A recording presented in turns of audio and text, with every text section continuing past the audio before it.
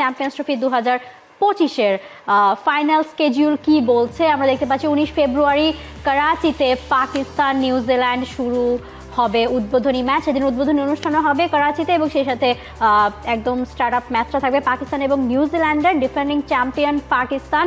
20 ফেব্রুয়ারি পরদিনই কিন্তু থাকবে বাংলাদেশের ম্যাচ এবং যেহেতু সেটা ভারতে, আপনারা জানেন ভারত তাদের সবগুলো ম্যাচ খেলবে দুবাইয়ে। পরবর্তীতে সাউথ আফ্রিকা আফগানিস্তান থাকছেন, Australia England, Bharat Pakistan. The high voltage match হতে যাচ্ছে 23 ফেব্রুয়ারি দুবাইয়ে।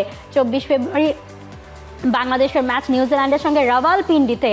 এবং সেই সাথে যদি আমরা দেখি বাংলাদেশের 3টা ম্যাচ রাহুল, 20 ফেব্রুয়ারি বাংলাদেশ ভারত, 24 ফেব্রুয়ারি হচ্ছে নিউজিল্যান্ডের সঙ্গে এবং গ্রুপ পর্বের শেষ ম্যাচটা পাকিস্তানের সঙ্গে 27 ফেব্রুয়ারি তাদের। এক্স্যাক্টলি, এবং বাংলাদেশের ম্যাচগুলো আমরা জানতে পেরেছি ইতিমধ্যেই। এবং আপনি যেটা বলছিলেন যে সেই জায়গাটা থেকে 27 তারিখে বাংলাদেশ তাদের শেষ ম্যাচটা খেলবে পাকিস্তানের বিপক্ষে রাওয়ালপিন্ডিতে। এরপর হয়তোবা আমরা সেমিফাইনাল বা ফাইনালের ম্যাচগুলো দেখব। 4 মার্চ আসলে প্রথম সেমিফাইনাল এবং 5 মার্চ সেকেন্ড সেমিফাইনাল ম্যাচটা অনুষ্ঠিত হবে এবং 9 মার্চ আসলে ফাইনাল ম্যাচটা লাহোরে হওয়ার কথা। তবে সেটা যদি ভারত ফাইনালে খেলে সেক্ষেত্রে দুবাইয়ে খেলা হবে, ফলে লাহোর অথবা দুবাই, যেহেতু দুবাইয়ে হচ্ছে সেহেতু আসলে সমস্যা নাই। যদি দ্বিতীয় সেমিফাইনালে ভারতের কোনোভাবে আসলে খেলা পড়ে যায় সেটাও আসলে দুবাই শিফট হয়ে যাবে এবং ফাইনাল ম্যাচটাও লাহোর অথবা দুবাই হবে যদি ভারত ফাইনালে ওঠে। তো এই ছিল চ্যাম্পিয়ন্স ট্রফির স্কেজুল এবং আমরা আগেও কথা বলেছিলাম যে চ্যাম্পিয়ন্স ট্রফিতে আসলে সমাধানটা এসেছে। পাকিস্তানের সাথে দুবাই হবে খেলা ভারতের ম্যাচগুলো।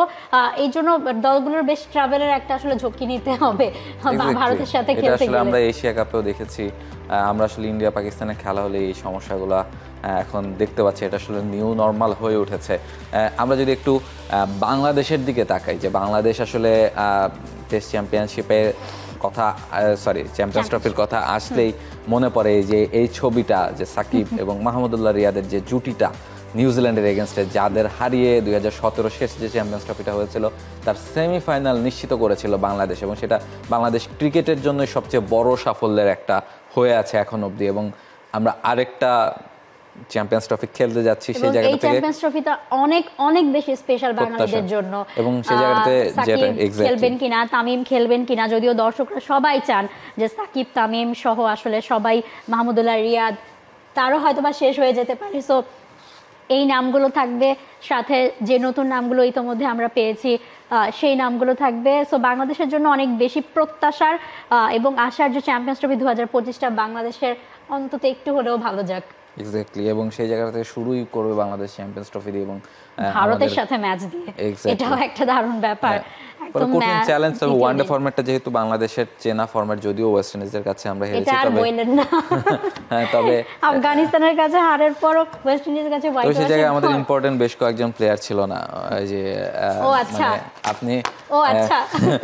আপনি যে টেস্ট সিরিজের আগেও আপনি আমাকে এইভাবে বলেছিলেন যে আশা না দেখতে, কিন্তু আমি কিন্তু আশা দেখেছিলাম এবং শেষ পর্যন্ত টেস্ট ম্যাচ বাংলাদেশ জিতেছে এবং টি20ও বাংলাদেশ জিতেছে। এবং ওই যে বিখ্যাত সিনেমা শশাঙ্ক রিডেম্পশনের একটা ডায়লগ আছে না, hope is the best thing, maybe the best of things. ফলে হোপ করা ছাড়া আমাদের আর কোনো উপায় নাই। এবং কারো উপায় না। আপনি দেখেন বাংলাদেশের ক্রিকেট ভক্তরা কি করে, ধরেন হারলো বা খারাপ করলো ধুমায় গালি দিল, এরপরে কিন্তু পরদিন আবার ঠিকই সেই ম্যাচ দেখতে বসে গেল। মানে আপনি কি করবেন? আপনার তো আসলে দেশ তো একটাই, আপনি তো বাংলাদেশেরই মানুষ, আপনার টিমও একটাই বাংলাদেশ ক্রিকেট দল, আপনার প্লেয়ারও শান্ত হৃদয়, তামিম সাকিব ওনারাই। আপনি এর বাইরে কার কাছে যাবেন, কাকে সাপোর্ট করবেন? ফলে সেই জায়গাটা থেকে বাংলাদেশ ভালো করবে নতুন বছরে, সেই প্রত্যাশা। বছর শেষটা দারুণভাবে হয়েছে এবং নতুন বছরের শুরুটাও নিশ্চয়ই দারুণ। বাংলাদেশ প্রিমিয়ার লিগ 2025, 7টি দলের জমজমাট লড়াইয়ে মাতবে পুরো দেশ। দেখতে চোখ রাখুন টি স্পোর্টস নেটওয়ার্কে।